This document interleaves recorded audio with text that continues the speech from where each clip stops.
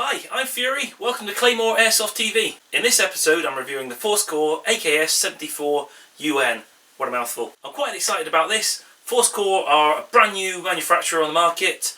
They've released some AKs and a few other guns, but it's the AK replicas that I'm really interested in. As you can see, I'm definitely an AK man. At this time you can only get these ForceCore replicas through Gunfire, who've sent this gun over to me for review, and I'm really interested to see what ForceCore can bring to, let's face it, an already crowded AK market. Now, from what I can gather, ForceCore aren't actually a manufacturer. What they seem to be doing is commissioning good quality guns from other manufacturers at a good price and then releasing them under the ForceCore brand. So, sound a little similar to Echo 1. Well, this AKSU is being commissioned by ForceCore from E&L, which they're rightly proud of, because E&L make the best airsoft AKs in the world. I think it's fair to say that. Even the Russians regard E&Ls as the best AKs around, and they got to be the ultimate AK connoisseurs.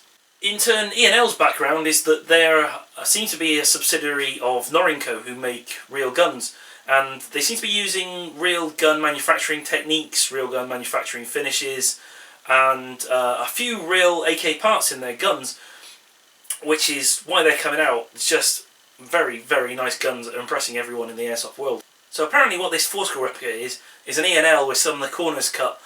Like the expensive, time-consuming hand finishing that you get on the E&Ls. Apparently it's got machine finishing on the ForceCore instead. But this means the price has come right down.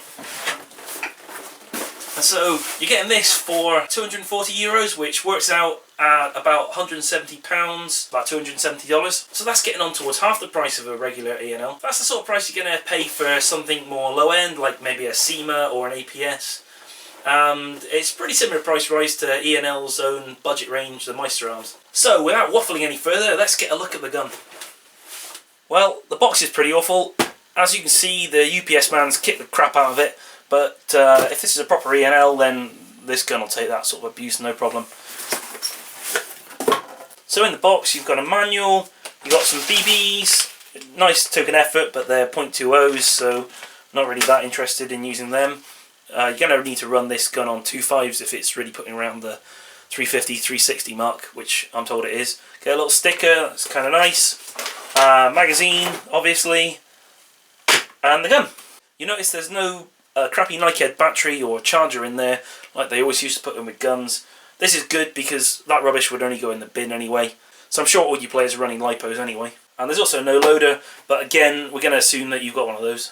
But first impressions of the gun itself, wow. Oh boy, she's heavy, really heavy. And the second thing you notice is the smell.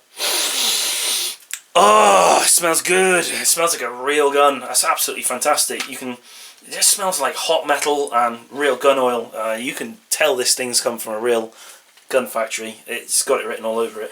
It's solid as hell. There's absolutely nothing rattling on this gun. There's nothing loose. And the finish is absolutely gorgeous. It's certainly light years ahead of anything we had back in the day. But this sucker is heavy. I reckon you could use it to work out with.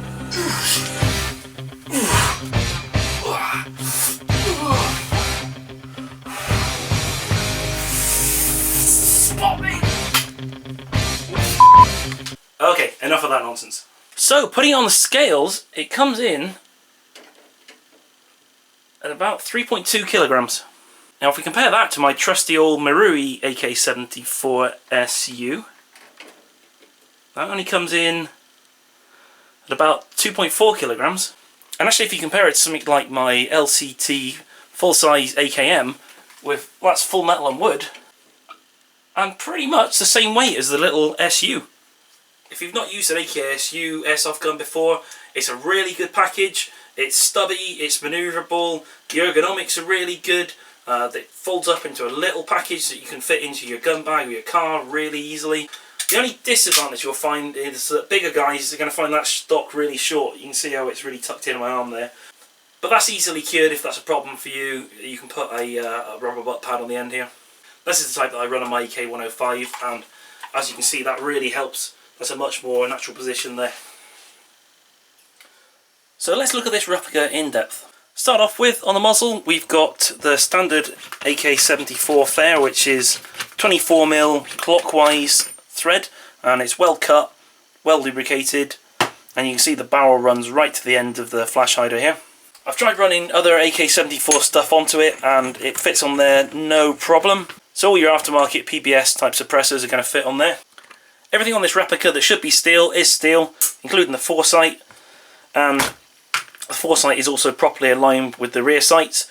On some guns like your LCTs, it's very common to get a twist in there which makes it impossible to actually use the foresight. Now this ForceCore is a lot like the E&L. Not only do they make a standard AKSU, but they make 3 tactical versions. They make one that's got a replica of the Zenitco RIS foregrip. Another option is a Surefire M83, and this one here is actually a replica of the Samson K-Rail. So that's really impressive options for a stock gun. The Samson rail system is attached to the barrel here, and it's free floating at the front. It seems really rigid. I can't see that loosening off. It's made of aluminium, which is correct, and it's got quite a nice finish as well actually. I think it's a casting and not machine, but it looks really well cast. No complaints there at all, it's a nice rail. Standard 20mm, of course. The front receiver, bolt and fire selector are painted, and the top cover and lower receiver are blued. Well, actually it might be black oxide coating, but it's very similar in appearance to bluing. It looks really nice, and it's going to look even better if you weather it. This type of finish on an AK, it just deserves to be weathered, doesn't it really? So get out your Scotch-Brite. The receiver is folded steel. It's really thick folded steel, and it's actually properly riveted and welded and pinned in all the places that a real Kalashnikov will be. And it's this real steel spec core to the gun which gives this gun all its weight and its fantastic rigidity. Top cover is hinged, which is pretty useful, and it's got standard AKSU type sights. The trigger guard is pinned, riveted. They haven't cut any corners by putting castings in there and hold them together with Allen head screws. I'm sure you've noticed that it's also got a little quality assurance stamp on it, which is a good sign. Pistol grip is styled after the M249 on this particular model. It's fibre reinforced and it's actually very comfortable, unlike some aftermarket grips I've used which look cool but actually just hurt your hand quite a lot. It's got a pretty solid rear sling point, and the stock, to be fair, is the best I've ever seen in Airsoft. It locks forward and locks back with just absolute solidity there. There's no wobble, and that's really important to the feel of the gun and also to your shooting accuracy. Again, folded steel, spot welded, and the real AK factory pedigree is just shining through on this stock. I play quite hard. I tend to really beat my guns up, to be honest, but I can't imagine that even I'm going to be able to wear out or break this gun. I mean, this thing is just rock hard. Even the forward locking catch, this is steel, and those tend to get snap off when they're made out of monkey metal. On the left hand of this receiver, you'll notice it's got a proper Russian side rail. Now this is definitely a superior way to run optics on an AK, way better than putting it onto the loose top cover. This rail, I've tried it out with a few different optics, and it seems like the standard size though, so it should take all your real steel optics and all the Airsoft stuff as well. But you have to remember, it's an AKSU, so the rear sights come pretty far back along the receiver. And that actually stops you using stuff like PKO1s and POSPs. So you're going to be stuck with running a Cobra if you want to run something on the side. If it takes your fancy, you could always run an optic on the front rail like this though. Looking in the magwell, you can see it's got a metal hop unit, which is nice. Now the Generation 2 E&L Kalashnikovs have a plate in here which kind of brings the level of the magwell up to here, and it makes it an awful lot easier for putting in mags. You can see without that plate you can kind of stick the mag right in there and just generally cock up your mag changes. But you can get hold of these plates if you really want to fit one later on, and I've tried it with various AK mags and the magwell seems to take everything that I've got in my possession anyway. The fire selector is extremely positive and it's got really nice resistance. The bolt runs forward and backward really nicely, and again this is made of steel. The rest of the gun, damn, that's a strong magnet. The hop up is a standard AK setup. It's really sensitive though, it does take a bit of effort to get the BBs flying right. Mag's a normal plastic mag. It's got a steel base plate, takes 120 rounds, which is nice, and it does feed really well actually. So battery wise, you've only got one option on this gun, and that is a 2-cell 7.4 LiPo, which is generally referred to as an AK stick type. That's what I've got in here. It's pretty similar to an M4 stock tube LiPo, but it's a little bit thinner with only 7.4 volts. But that seems to be enough to run this gun really well. And you also notice that I've changed out the connectors for XT60s, and I'm going to assume that you're going to be doing that as well, and change them for Deans or whatever. I doubt any serious players are going to be running a gun on mini Tamiyas, so there's no point in me testing it on mini Tamiyas anyway. But there's plenty of room inside this gun for the stock tube LiPo. As you can see, it slides right forward, and that can be a problem with smaller guns like this, is finding somewhere to stuff the battery in and fighting to get the damn thing in. But as you can see here, yeah, no worries. So it looks excellent, it feels excellent, and I'll be damned if it doesn't smell excellent. But how does it shoot? Running it through the chrono, it clocks in at a very, very consistent 348 FPS, which is absolutely spot on for current UK sight limits. Rate of fire is about 15 rounds per second on a 1300 milliamp 15C 7.4 LiPo, and that's the sort of rate of fire that you want from a gun running standard magazines.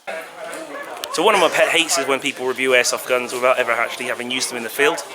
So to that end, I've come down to Skirmish Paintball just outside Bristol to see how this little baby performs.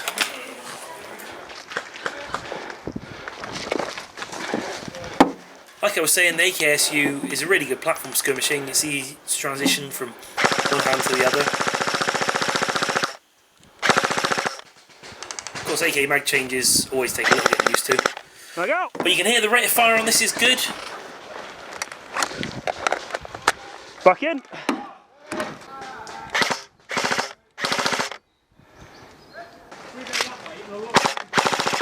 We can get behind them. The trigger response when I'm firing here on semi, really good. It's dead snappy trigger. The range is great.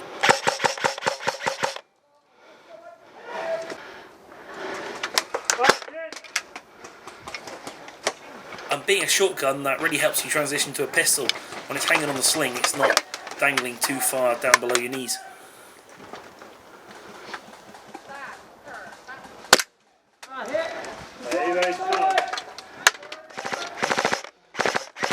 Also tried it with a Riz grip on the front, and that seemed to work really, really well. Back out. Move it up on the left. Back in.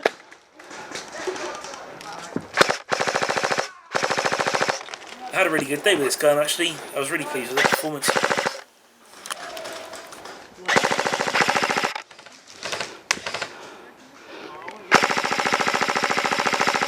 So the trial game went really well. I'm really happy with the way this thing shoots. It's proper high-end performance, and the thing is with the fisheye lens that I was using at that game is that you guys can't really get an appreciation of where the BBs are landing. So let's have a little shoot and just check out the accuracy and the grouping on this thing.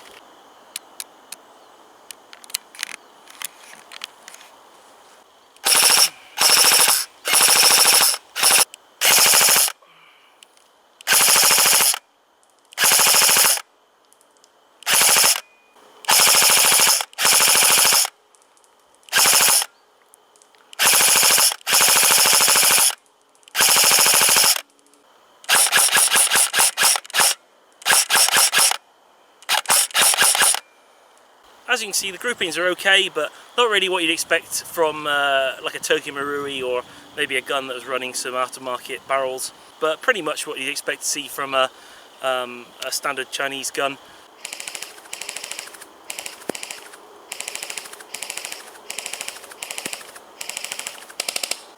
Not forgetting, of course, that the hop still needs to bed in, so you might see some improvements in the accuracy the more BBs you put through it. There's one thing left to do, and that's take the old girl apart and have a look inside the gearbox. You can see here that the metal hop unit and the gearbox are actually screwed together with the front gearbox screw, and that's a really good design because it means that the nozzle and the hop unit are going to align the same way every time you put it back together. Okay, the box is out now. So the motor, now the magnets aren't particularly strong, pretty weak actually, but it turns the gun over okay. Gearbox casing looks reasonably well made. You've got a blade type fuse here. The screws quite reasonable quality.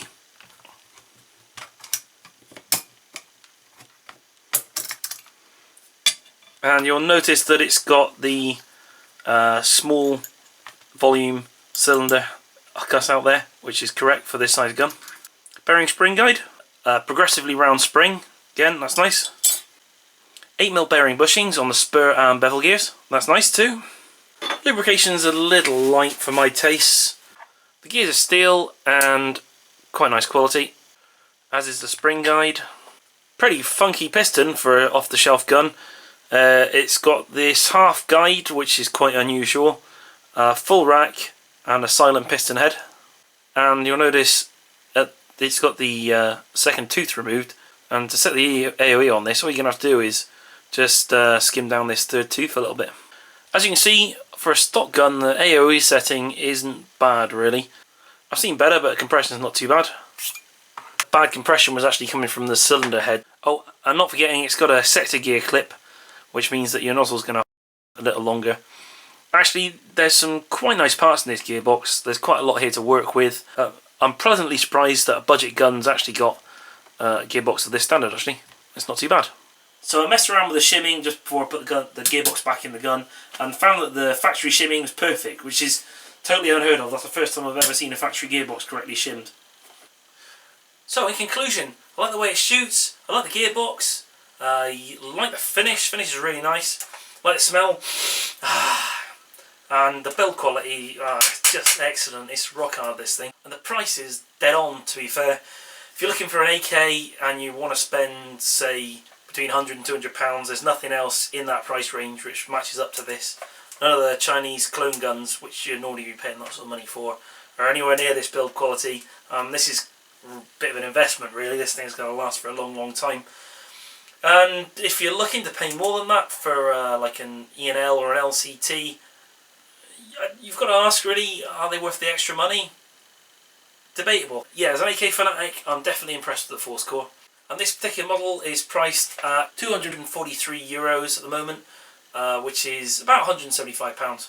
You can only get these ForceCore replicas from Gunfire over in Poland. There's a link below for this particular model. Now, yes, they are overseas, but because the UK and Poland are in the EU, well, for now anyway, there's no import duties and there's no hassle with customs. I'll put it this way, I've never had any trouble importing stuff from Eastern European airsoft shops anyway. Thanks very much to Gunfire in Poland for sending over this model for me to review, and to Popular Airsoft for hooking me up. So the focus of the channel is going to shift a little bit from here on in, and we're going to do all the game reviews that you've seen up till now, and also some like tech tips, pro gaming tips, and that kind of nonsense. So stay tuned for that, and thanks very much for watching.